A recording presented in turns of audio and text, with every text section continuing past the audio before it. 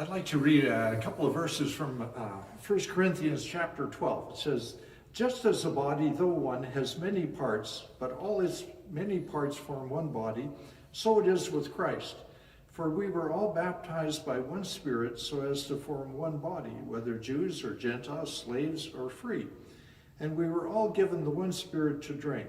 Even so, the body is not made up of one part, but of many. And I often I love that illustration of the church as being the body of Christ. And body parts tend to work together. Let me illustrate. I have, my hands tend to work together fairly well, except my left hand has all these scars on it, caused by knife cuts, or in one case, an axe cut.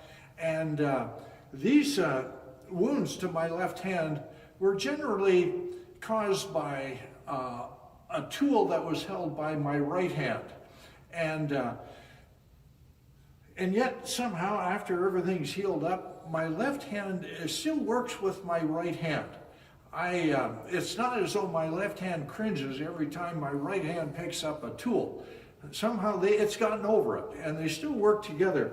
And it reminds me of this verse in Colossians 3, verse 13. It says, bear with each other and forgive one another. If any of you has a grievance against someone, forgive as the Lord forgave you. Boy, that's important in the church, because inadvertently, generally anyway, we will hurt one another. We'll offend each other by things that we say or do, and the Bible calls us to forgive each other. Just as my left hand forgives, I guess, my right hand continues to work together, so it should be in the body of Christ. And so if somebody has hurt you inadvertently or otherwise in the body of Christ, we need to forgive them.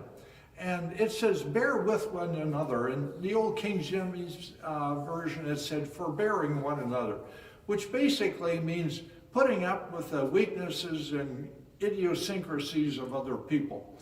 And that's what we're called to do in the body of Christ. And so if somebody has offended you or hurt you, man, go to them and get it cleared up, or else if you can, just forgive them and just move on and continue to work together for the sake of Christ.